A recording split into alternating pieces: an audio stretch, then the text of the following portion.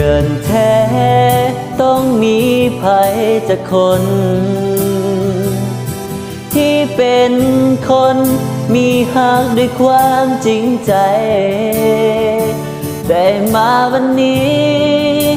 ก็หูดีว่ามันไผและหูแก่ใจด้วยสายตาเฮาเองในเวลาที่เฮานั้นคบเป็นเพื่อนมันเสมือนเฮานั้นมีเพื่อนที่ดียืนสู้ต่อไปด้วยความหักเฮาครั้งนี้มันอาจบ่มีสิ่งใดเปลี่ยนแปลงเฮาได้อยากขอบใจฟ้าที่ส่งเพื่อนแท้ให้มาขอวอนเทวาให้หาของเฮามันคงและต่อไปนี้จะหักแค่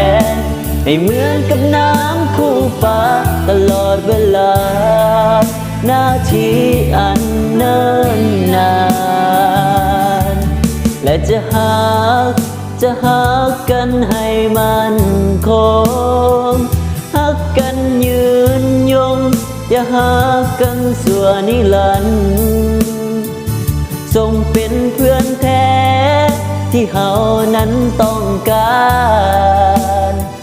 หักสั่วนิรันดร์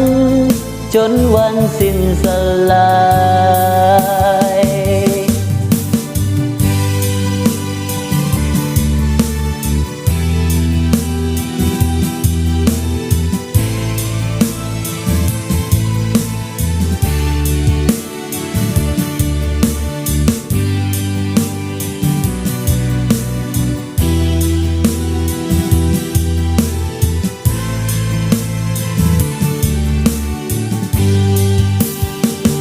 อยากขอบใจฟ้า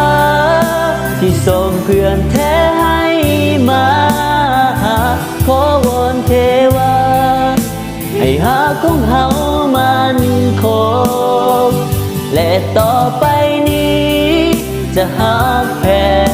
ให้เหมือนกับน้ำคู่ป่าตลอดเวลานาทีอันเนิ่นนาน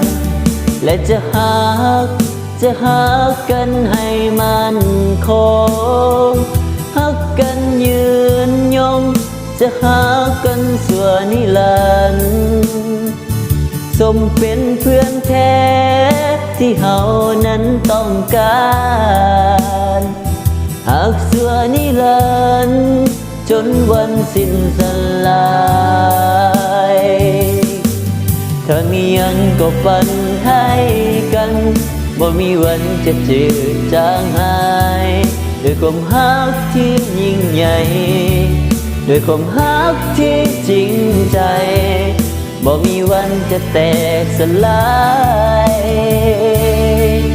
ยังเป็นเพื่อนกันเสมอ